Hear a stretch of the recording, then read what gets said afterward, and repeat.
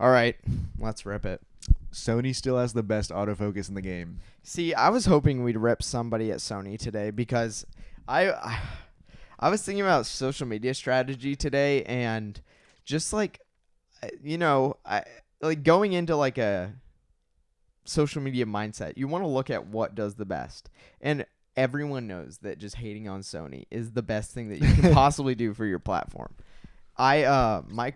Michael shot what's it called the other day? If Gathering, like the women's event that they have. And he shot on a rented FX3. And he was saying every time he shoots on FX3, he was like, "Man, it just makes me miss my Canon." And I was like, "Yeah, like this is true." Because this is what I was going to talk about earlier that I forgot about.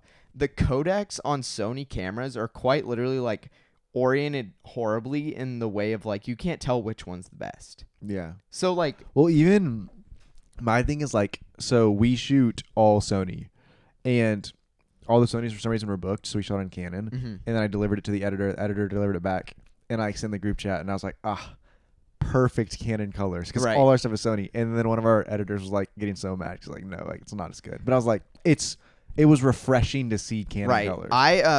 I had somebody shoot for me as a volunteer job for a church event that we were doing, where it's like a prom for special friends, like ministries. So like anyone with like Down syndrome or autism or like literally any like special like need, where like you wouldn't necessarily want to go to a regular prom because it would be like way too much, gets to come to this prom, and we put it on entirely for them, and like there's all stuff tailored to like them, and like a real dance floor, a real prom, they dress up and everything. And he was shooting on an FX3, and that night I had to take all of his footage, which this is another thing. He shot in 120, so we need to get into that. It was amazing. And huge though. It honestly wasn't bad. It was 128 gigabytes for an hour of footage. Okay. Which is a lot. And you had the Wi-Fi to handle it if he came home.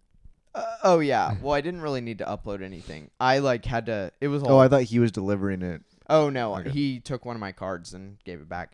But yeah, so his footage was amazing because it was in 120 as well. So like I was able to cut like so many extra selects that I wouldn't have been able to cut out if it wasn't in 120. And then I went to color it, and just nothing was really working for me. Like I tried like the Phantom LUTs, I tried Sony's like LUT that they have on their website that's like the go-to LUT. I watched YouTube tutorials, I looked up on ChatGPT like, am I doing this wrong? And I really couldn't get like what I wanted out of the footage. At the end of the day, I was coloring in Premiere, so you can blame that on me. But I was just disappointed overall because like he shot in the dual native ISOs, so he was mostly at 12,800, and I was just like, this is not giving what I want it to. Yeah, it made me really sad. Okay, dynamic range matters more than resolution. Yeah, I would say so. For different reasons, yes. But I mean, your image will look better the better dynamic range is. Yeah, I would 100% say yes. So I actually, this is kind of a funny confession. I got a ticket the other day for while I was driving. So I'm taking a defensive driving course to like get it removed. And the class is quite literally in 240p or 360p. Those are the options. So like not even 540 or 720 or like anything above that. 360p. That's like basically when your YouTube video is not loading. Like that's the only option you have. And it still looked amazing because they shot it with good lighting. They shot it with good lenses, and like maybe it was from 2003 or so, but it still looked amazing. It was literally streaming off a website in 360p, and I was like, well, it still looks good. Also, low-key mad entertaining. Like, have you taken it? That's what when their brain is like on the ground. Oh my gosh. No, I haven't gone to that part yet. No, it's like the one I'm taking is called like Wheels something. I've taken so many defensive So Don't I'm sure tell I'm taking people it. that. That's so sad. I'm the worst driver I know. Well, I can genuinely tell people that. I'm glad that you finally have accepted that because you're driving. I was looking at new cars, and Skylar was like, "No, like you'll actually die if you get that." It was like a convertible, but it was like cheap, and I was like, no, you'd die. Yeah, you'd die. Also, like a cheap, no, like don't buy a cheap car. I might just put $5,000 down and get a beater, and then just That's like run different it to the ground. though. Yeah, Like it was a $5,000 convertible, 80,000 miles. Luke, you're not the kind of guy who can just work on a car though. No, You don't even have a garage, so like you won't have time. But to I mean, I fix put it. $5,000 down. It lasts me 2 years. Great, you know. I don't know if that's great. You have burnt $20,000 in the past. Like, But if I bought a car for $5,000 and it lasts me 2 years, I'd be okay with that. wow. That's to me, that's a decent investment. That's the difference between me and you, bro. How long do you want a $5,000 car to last? I don't know, like 8 years. Maybe like a $20,000 to $40,000 car. Only 8 years? No. You I can feel like cars these days maximum last 8 years. not Hondas. You could buy a brand new car. My car is gonna last like forever. I hope my Honda Accord. Maybe it would have. It would have lasted forever. What happened to it again? Hail damage. Brutal. It'll get you. It's actually maybe it'll get my Jeep too. Yikes. Okay. Most photographers never need more than 24 megapixels. I would 100% agree with that. I like with printing, like you can print big with. I printed on a T7i. Looked good. Michael has prints that are in like all over the church that are massive. Like probably is about as big as this window, and which is huge, by the way. If you haven't seen the window, if we haven't turned the camera around, and they look completely fine, and they were shot on 24 megapixels and cropped. So like you can get away with it. Think about back in the day, like they were making billboards at like with like 8 to 12 megapixel cameras, and I know that's a little different because like it's far away, but still like it goes to show like when you go to galleries and museums and stuff, like those aren't shooting 40 megapixels. What are you spitting on my floor? Nothing. I thought you're. I just was stuck in my teeth. Maybe like. Oh. Anyways, Anyway. this is a horrible take. Sony menus aren't that bad anymore. Oh, okay. No, they haven't changed a bit. They've They're actually gotten worse. So bad. The fact that like you constantly have to look up a YouTube video to be like, how do I find this? How do I find this? That's my biggest bone to pick with Sony is that I can't just pick it up and know how to do it. right. And like, why is the format like? No one uses the toolbox where you can save your favorite menus more than Sony users because their menu is that bad. Because they have to. Yes, because otherwise you're never going to be able to find that one thing in the middle of like everything. Also, their audio like menu is so bad compared to Canon. Like the in-camera audio menu is atrocious. Also, did you know that the FX6, I'm pretty sure the FX3 does this too. When you use the top handle that everyone uses for audio, it records it as like a .movie file. So you're not even getting an audio file, like a WAV file or an MP3. Like you're getting a movie file, like a QuickTime That's player. interesting. That's terrible. Why would they do that? I don't know. I think it must be a codec thing with the HDMI or with the SD card. But like, why on earth would you want that?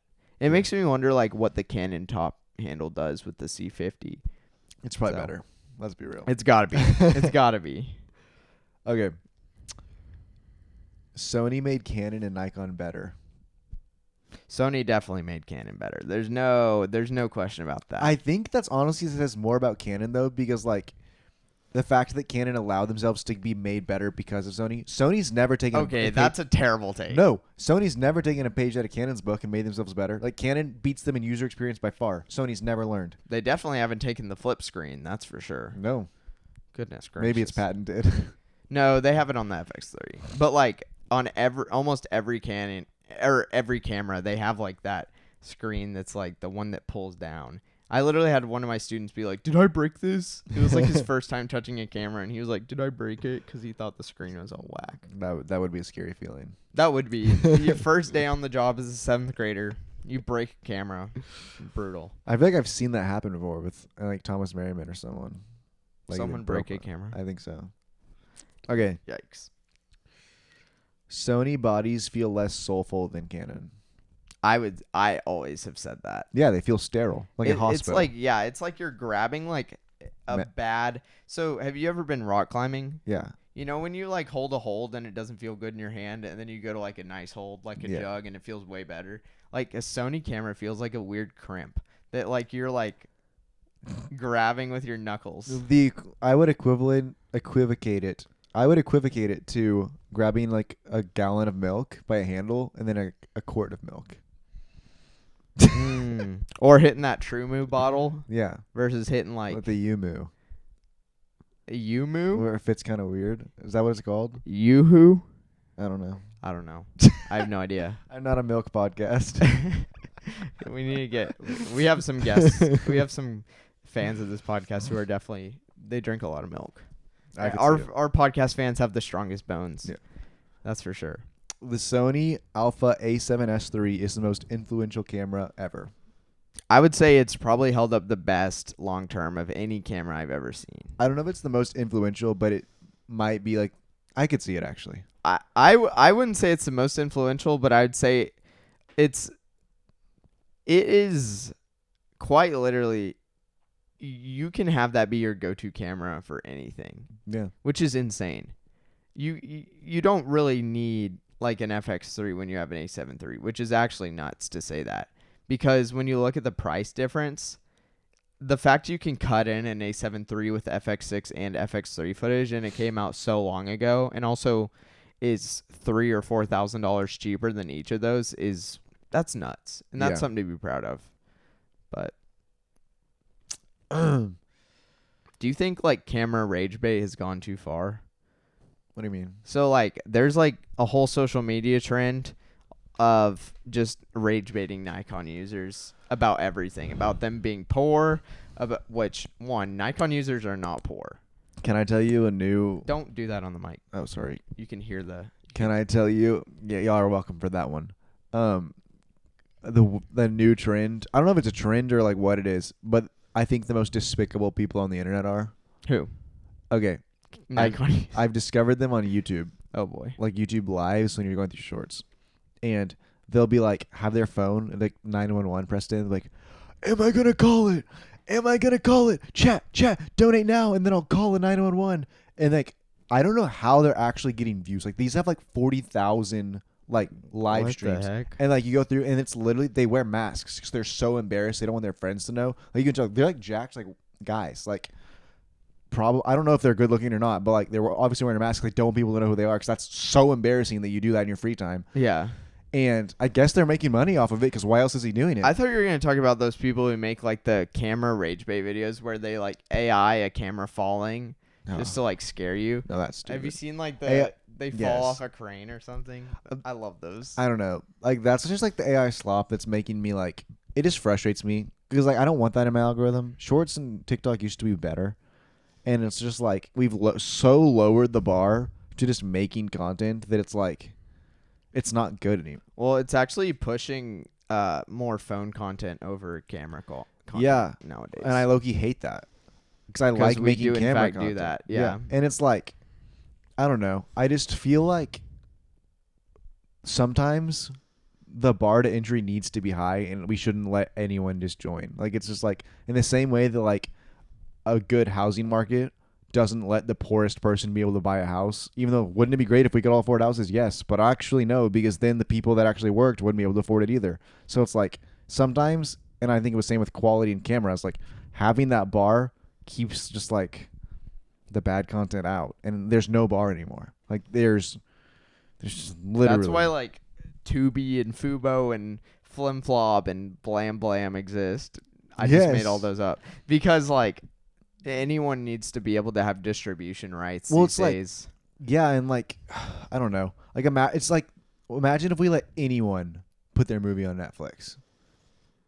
That's how YouTube feels right now. Yes. YouTube, like the recommendation algorithm is so bad. Like he keeps pushing videos with like 26 views to me, and I know our podcast only gets 26 views, but it keeps pushing videos that have nothing to do with me. Like someone's podcast filmed on like a 480p webcam, like it's about what hot dogs they like best ranked in a tier list.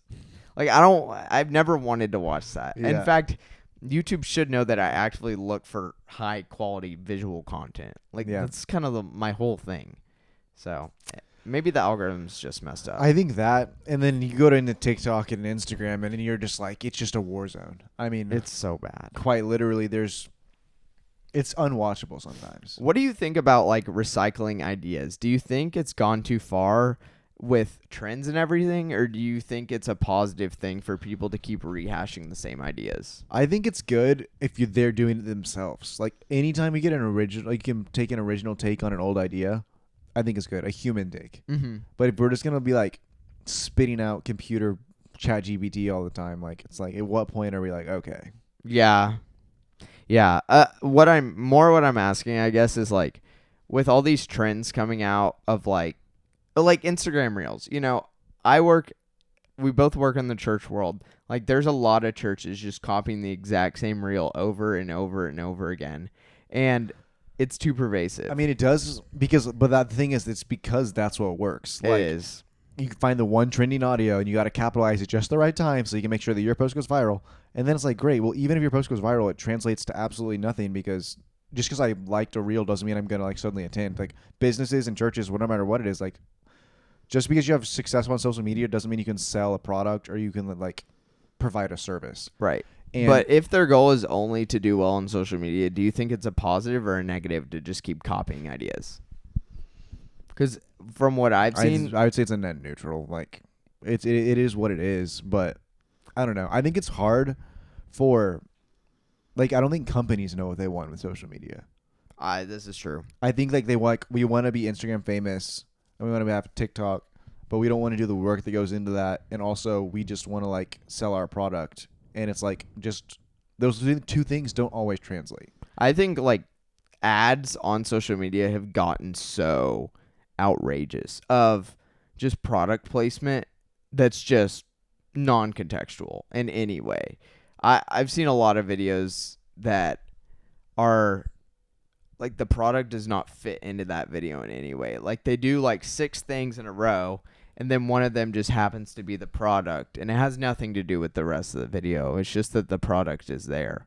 Yeah. And it makes me just cringe and stuff. And like I feel like our brand deals integrate the product rather than just be like, oh well, yeah, we're drinking this can. We did do that once. We did, but we shot it down immediately. We literally had a deal, and we like poo-pooed on their brand on the podcast. It did taste bad. You almost threw up that night. It was so bad. Go back and watch that, guys. That was a crazy episode. I had just had one of my Skylar's mom started going through our old podcast. She started on episode 1, and I was like, why would she start on episode 1? That is the best place to start. Is it? Unironically, yeah. I don't know. I feel like we've gotten so much better since then. But we've also gotten more removed from like the common folk of the world. Like we've niched down so hard that it's not even funny. I mean, that is true. Like that ITS podcast is low-key a banger with Julia. It is. And like, I mean, yeah, we kind of did pivot away from our outdoors. Yeah, I don't know. Because that was the original goal for me, was like make something where we can go around, deal around, like have fun with it. And now we've niched down into oblivion. And because of the pit of social media. I don't think it's a bad thing though. I don't either, but it corners you. It definitely has cornered us in a way. Because now, like we can't. But it's also, we've definitely plateaued, and so we have to spark it up with something. I feel like we are eventually going to have to come up with like, you didn't like my idea, but something after Dude Perfect, where it's like, just like more, what's the word, segment based, where it's like, I feel like we finally have reached where TikTok clips can take you, and now it's like you have to get that next level of educational content, or the next level of like top 10 content, or like, I don't know, to bring in people, because I feel like we have a core audience now, and like great, and I feel like we're consistently reaching them, but we're failing to reach the people beyond them now. Right. And so it's like, how do we expand the enterprise? Every brand comes to that point, and it's like we kind of niche down as a TikTok podcast. Okay, great, but we don't always want to just be a TikTok podcast. So now it's like, what moves do we need to make to move beyond that? And I think every brand can do that. Like in general, like a lot of places have like niched down so hard that becomes, I mean, you talk about Dude Perfect, for example. Like, they niche down so hard to their, like, 4 or 5 types of videos. And now they're trying to expand. And that's the Which thing, is though. Like, crazy. Colin and Samir have a video about the Dude Perfect brand. And I think, to me, like, that's just, like, the perfect picture of how businesses should operate in 2026. Is like, okay, well, how this is going to turn revenue here. And it's like this whole, it's like, they call it like a Disney puzzle of, like, how each brand connects, spins off into other things. And there's constantly, like, bringing in money from other different places. Like, they're not just a YouTube channel. Like, they are a experience based. They go on tour. They sell merchandise. They do so many They things. literally have a book coming out. Yeah. It's insane. Like, they've had a movie, documentaries. My favorite video they've made is the one where they go to Vegas and do the new, like, highest basketball shot. Yeah. If you haven't seen that video, it's insane. My question is, like, is revenue, like, a good enough driving factor? I think you have to enjoy what you're doing too, but I don't know. I think to start, yes. I feel like you have to figure out what's going to bring in the money and then start doing things around that you enjoy. My opinion is more based on, like, if you're doing what you love and doing it well, enough people will get behind it and the revenue will come second. I get what you're saying and I agree to an extent, but also also no. Like, just because you're good at what you do doesn't mean people are entitled to like it. This is true. I'm just like, The Ring. yeah. I'm just like, for example, the best figure skater in the world will never be as famous as the best quarterback in the world. Right. But that's just like a societal thing. Exactly. But she's literally arguably, maybe she's better at skating than Tom Brady ever was at football, but no one cares. No. You don't think the best skater was better at skating than Tom Brady was at playing quarterback? No. I mean, I don't know. I'm just an example. I do not think so. I think the skill gap level, it's like Rocket League. Like, Rocket League's skill gap is so high. It's so high that no one will ever get, like, they're constantly learning new mechanics in the game. And so you can't be like the best Fortnite player in the entire world is better than the best Rocket League player in the world. And, like, there's more and more mechanics that you can do in football ever than you can do in figure skating. That's just factual. 'Cause, is there? dude, you can only move your body so many ways in, like, 3 or 4 minutes. They're doing backflips in figure skating. Right. But, like, they do backflips into a touchdown in football. Not actually. Yes, they do. One guy did that. They've done that several times. I mean, like, people be doing crazy stuff in football. Okay. I just think football has so much room for growth that figure skating is, like, You think so F1 limited. is harder than playing football? 100%. I think it's that's, like, so neck and neck. I don't know. You think photography is harder than football? Yes. No. Otherwise, you guys wouldn't be out there buying T7s and just doing your best, Yeah. I don't know, man. If I had unlimited money, I think the next piece of gear I would have to buy is, like, an X106, because I keep seeing over and over and over these people being like, this is the best camera that I've ever had in my life. Like, my life will never be the same after it. And yeah, it makes me jealous in a way, because, like, I could buy one, but it's like, should I? And the answer is no.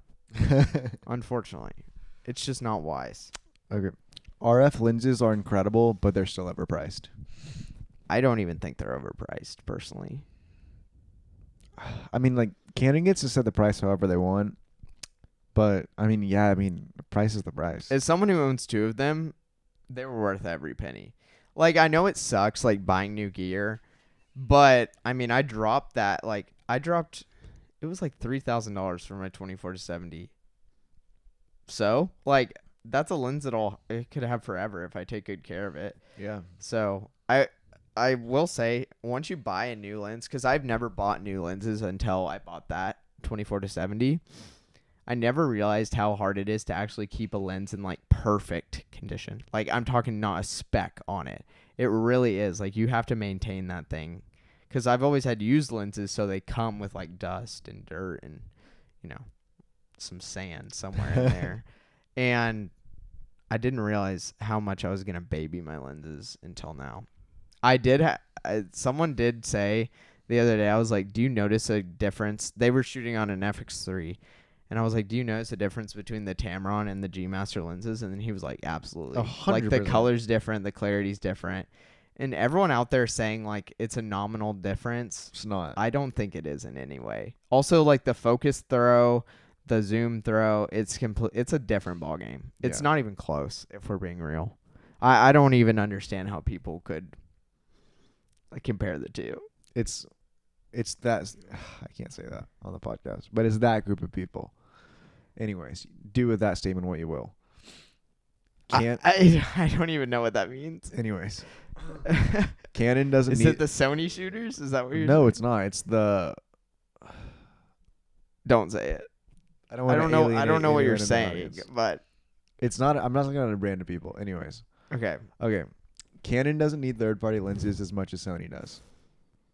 I mean, I wish they would. Like, it's just a benefit to your. It is a fan benefit base. to your body line, but at the end of the day, like Canon is more into selling lenses than they are cameras. I would say.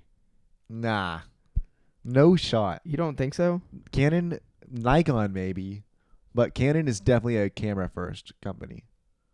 Bro, what? A body first. Yeah. Who buys a Canon lens just to put it on another brand? A lot of Sony shooters buy Canon lenses because they're that good. I would buy, if I'm on Sony, I'm 100% giant G Master over RF. Well, they're not putting RF on. They're putting L series on, like EFL series on Sony. Gross. You don't even have That like, would just RF look. lenses? That would just. Yes, I do. I have a 16. Oh, whatever. Also, but an EF lens on a Sony would just. If I saw that in the wild, I would be like, "Ugh." Like that's disgusting. I've been seeing that my whole life, and I honestly like it. No, that's hideous. I like L series lenses so A much. A G Master would look better on a Canon than a Canon would look on a Sony. Okay, well let's put this into hypotheticals. You get a red camera. What mount are you buying for it? RF maybe. Okay. But that's red. Not E. Maybe Z.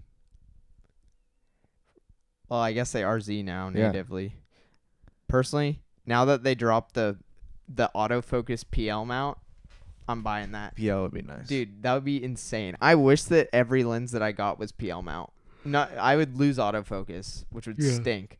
But the amount of lenses that you can just put on your camera and have them forever, no matter what camera you get, you can just have them. Is nuts. Okay. Do you know what I've been thinking about? Let's hear it. So, on my little physical media trend, Okay. I'm practicing no Blu-ray March. It's my own holiday. You're on Lent. Yeah. But Is that no buying or no watching? no buying. Oh, Of course. that's easy. And so, but like one of the things that I really want for my collection is the Dune movies. Right. But I'm banking on the fact that when we drop the third one, they're going to release a set with all three. That's going to be awesome. Maybe. Surely they will. I feel like every trilogy gets a set. And then I'm just going to leave that thing sealed for like 50 years, give it to my kids. That thing's going to be worth money one day. But it's not. It's a part 1 and part 2, and Part then 3. Dune Messiah. Oh, they're not connected? No. Well, they are connected. It's just the finale. It's the resolution. No, it's it's a trilogy. not the finale. There's another one? There's like 9 Dune books. But it's the end of his story, right? No. Are you serious? I don't think so. We're looking this up. Dune Messiah is literally all about, like, Paul just keeps getting bigger. Yeah, it is. It's the final film in this trilogy. In the planned Dennis villain. In this. So, obviously, the Dune might be longer, but this is the final Okay. You got me. So, it's the final trilogy. Okay, It's going to be, like, maybe that is a arguably good up there thing. with Lord of the Rings. But it's also going to be, like, $90. And? As opposed to, like 10. $8 each. No, like 10, like 15, and then, like, 35. I would honestly pay $150 for that set. But here's the thing. If you buy the 4K Ultra HDs of all of them, you get the 4K Ultra HD and the Blu-ray. I might do that. So then you get 6 discs of the 3 movies. I mean, if they do a 4K set, then I might. But I know I'm going to want that set. Yeah. So my sets that I currently have are... Oh. Despicable Me, Ice Age. Absolute bangers. I want Lord of the Rings extended and The Hobbit extended. I asked for them for my birthday. We'll see if I get them.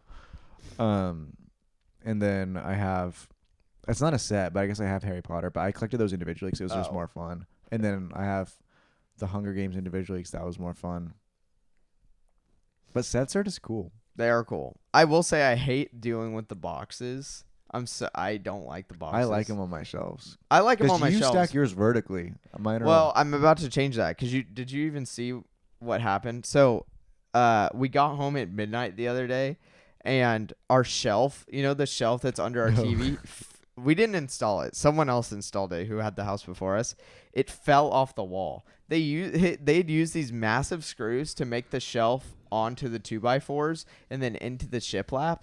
But then they didn't secure the shiplap to the wall. So the shiplap just fell out of the wall once it had weight on it.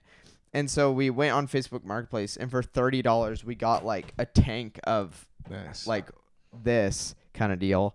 And we put it under our TV. And so now I have more storage, so I'm going to stack them differently but vertically, the only reason I vertically stack is because I don't have bookends. So they would just which would be mad annoying.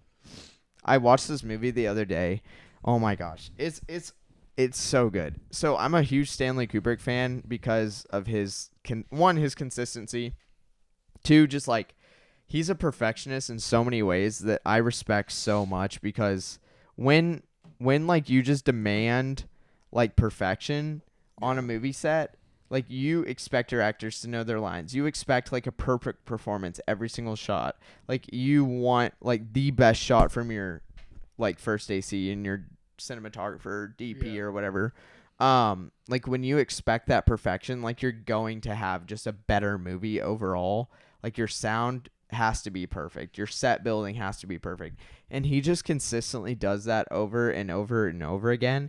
And I love it. And I watched his movie called Doctor Strangelove, and it's called Doctor Strangelove or How I Learned to Stop Worrying and Love the Bomb, which is actually really ironic because the whole movie is about the U.S. accidentally bombing Russia and causing the world to end. And literally immediately after I finished watching that, I found out we bombed Iran. The U.S. bombed Iran. And I was like, oh, right. Well, this is a little too close to home. So, yeah, that was awkward. But if you want a good movie to watch, that movie is exceptional, and it's in black and white, which is fun. And just the story, the dialogue, like it leaves nothing to be desired in general. And it has a massively good score. I just watched every rating. 13 Hours on Blu-ray. That one is good. The day we bombed Iran. I mean, nothing will make you feel more American than a good American movie. Like 13 Hours, Hacksaw Ridge. Yeah, I still haven't seen Hacksaw Ridge. I have it, but I need to watch it. So good. I like 3. I literally pulled out 3 movies. I pulled out Hacksaw Ridge, 13 Hours, and oh my gosh, what was the third one? Classic. Oh, American Sniper. And I was like, pick one. I do have all 3 of those. Yeah, those are good. American Sniper makes me sad. I almost didn't buy it just because the ending is so depressing. I forgot about the ending. It's so messed up. Yeah. It just makes me so sad. Like it ruins the movie for me. Because I love a good like precision thing. That's why I love playing Fortnite and Rocket League. Is like when you hit those shots with the hunting rifle. Dude, ooh. Oh my gosh. I was playing duos the other day. This guy was rebooting his squad member, coming in from the top. So he's on his umbrella, coming back in. Yeah. I sniped him with the hunting rifle out of the sky. Best day of my life. I got a victory royale yesterday.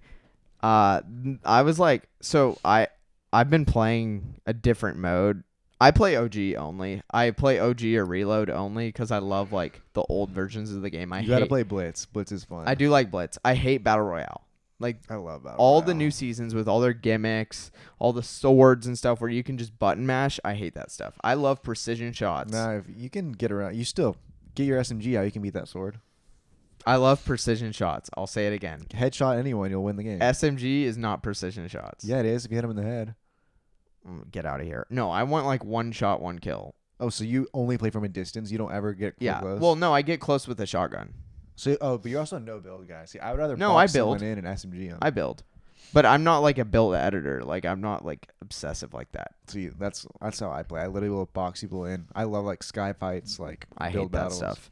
No, so I'm like a snipe around the map and then just shoot, Snipe, yeah. like snipe people. And I literally got a win because there were three people left, and I was just hiding well enough, and somebody, like, the other person died, and I was like, oh, that was so easy. Because, like, I hate when you get a victory royale and it's like you didn't kill the person, because then it's just like, wait a minute, how did I win? Also, we need to take a break because I need water and it's hot in here, so I'm gonna turn the fan on. All right, there we go. Sorry, I needed my water break. I got toasty. All right, what you got for us? Lightroom matters more than your camera body. Yeah, I could agree with that. I'd 100%, because that little subscription will pay way more than your expensive camera ever will. This is true, and if you only buy one camera, that little subscription will eventually cost you more than your camera. Yeah, that's the thing with Adobe. I wonder how that lawsuit's going. Oof. They dropped a new version of Premiere, so I'll hate on Adobe until they fly me out, and then I'll sell out for all you guys. You know what I was just thinking about is people are always talking about how bad Adobe Premiere is for color grading, but like, then how do people get good colors out of Premiere like all the time? Yeah, a lot of people use Premiere. Is it just because, like, it's just the stuck-ups? I think it's more that they just don't think it's as easy as DaVinci. Because every editor... I think DaVinci's harder to learn. Oh, it's hard to learn for sure. Dude, DaVinci is not intuitive. No. When I was first learning DaVinci and learning how to multicam edit on DaVinci, in Premiere, it quite literally took me like 30 seconds in one YouTube video. DaVinci, I had 3 YouTube videos going, like, back to back, and I had to make a playlist on YouTube for how to set up my multicams every single time, because in the time I would edit a podcast that came out bi-monthly, like twice a month, and in the time between episodes, like, I get sent 2 episodes, then a month would go by, get sent 2 episodes, a month would go by. I would have forgotten how to do all the multicam editing stuff because it was not intuitive enough in DaVinci. It made me mad. Yeah. So I literally have a playlist of 3 videos that I have to watch, like, every time because it's that hard. It doesn't make sense. Film photography will eventually go extinct.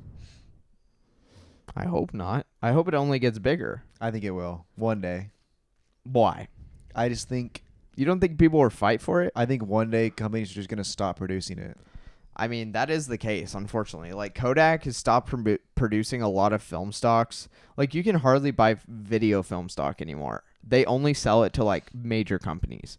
But you don't think, like, people who are fighting for, like, film will be able to save it? I mean, honestly, I don't know how film is actually made or how to do that, but I just think one day big companies are going to be like, just once the big companies stop, even once it becomes hard enough to get, even if a small company does it, it's still extinct. There's a lot of small companies making new film stocks, so I don't think all hope is lost. I truly don't think. They're coming out with new film cameras, You don't too. think in 100 years when VR, everyone just looks through glasses 24/7, one day it's going to stop. I don't think so. Kodak keeps dropping new film cameras, like bodies, and they wouldn't be doing that if they thought film was going anywhere. Yeah. That's my take. We'll see. Check back in when we're 90. Yeah, when we're 100 years old and we have to wear diapers on this podcast, we'll see if film is still around. We're going to be on our deathbed, and Cort's going to hold up a film camera and snap a picture. And this lens will be full of fungus. I wonder how it's doing. I should check it after this. Social media made photographers worse at storytelling. I think, yeah, we stopped caring about individual images. We care about... That's it. That's what I was looking for. Individual images have gotten worse, but, like, telling a story through multiple images have gotten better because of social media. Like, the story that you can get within one image, that art has been kind of lost because now we can rely on 10 images or even 20 images to tell, like, or 120 per second. Well, I more meant like in a carousel on Instagram, you know, so. Yeah, I get that. I do think, like, can you imagine going out for like a 3-hour shoot and being content with just one good image? I've done that. Yeah. I typically get about 4 good images, but I would be content with just one good image if it's like really good. Yeah. So that's typically how I roll when I do my street stuff, is if I can get one good image, it was worth it. Presets are not cheating. They're not cheating, but they're like... I think it's like it's a shortcut. It's an eye-opening experience because eventually your preset will not give you what you want, and then you have to go in and tune it, and that's how you learn. So I don't think presets... They can be a stumbling block if you're lazy, but I mean everything's a stumbling block when you're lazy. That's how it is. Put that on a t-shirt. Let's make a t-shirt. Everything's a stumbling block when you're lazy. That can be our merch. Okay. I wanted to make merch a long time ago that was like camera stereotypes. Yeah. It was like Canon, Sony, Fujifilm, like That'd be Nikon. good. So we can still do One that. day. We'll still Again, do that. add it to the brand board for one day. It's up here in the nog, bro. I just got to write it in my little journal. I started journaling recently. And I haven't had to handwrite anything since like sophomore year of high school, probably, because like everyone was using computers. So I really didn't have to handwrite anything. And I'm realizing like how weak the muscles in my hand that like go directly to handwriting are, which is crazy. So I've started practicing, and I got this special pen. It's one of these pens, but it's like the doctor version of it. So this is like the small grip. I got like one that's like that much bigger than it. And I started journaling every day because look, I have all these empty journals. I literally have a whole stack right here of like 8 or 9 journals that I filled like 1 or 2 pages in because, again, everyone says they're going to start a hobby or a habit, and then they quit the habit because they're too lazy. And that's what we need to chill out. What is your socks? They're deserts. Oh, what did they say? I don't think they say anything. There's cactus. They say 2 words right there. Really? Looking shaka? Oh. I don't even know what that means. Is it a plant, maybe? I don't know. Cool. Now let's get one more. All right. That's just cornball. Cornball. The best camera is the one you actually use. That's what I say every episode. That's the truth. Okay. Let's get a Nikon one in here. We haven't hated on them enough. Let's shred Nikon. Who would have thought that this stack right here in the year 2026 would be worth like $300,000. $4,000 when it used to be worth. Remember early on in the podcast when I said so cheap. I said to just wait until you actually need new storage to buy storage because storage is constantly getting cheaper. Now look at us. Cooked. It's so bad. The best investment you could have made last year is an SSD, which is depressing. Yeah. Or sticks of RAM. The Nikon Z8 is the best value pro camera right now. See, I just don't know enough about it. I honestly don't know if I would consider it pro camera. I would call it prosumer. Holy rage bait. Holy rage bait. That camera's insane. Dude, I don't even want... I'm not giving you the... I said it. Here's why. Okay. If we were to stack it against the R6 Mark III against a FX6, it's nowhere. You're talking for video. Yes. I'm sorry. Never in the realm of possibility would I imagine a Nikon person doing video other than the ZR, but I do look forward to the one day when I can shoot RAW. But it is okay. It can be used for professional projects, but if as a pro, I would not make it my main camera. Right. The reason that I'm glad that I didn't switch over to RAW is with the rise in SSD prices, I would have been poor for the rest of my life. And I do look forward to one day where we can shoot RAW and live freely, having good storage for the rest of our lives.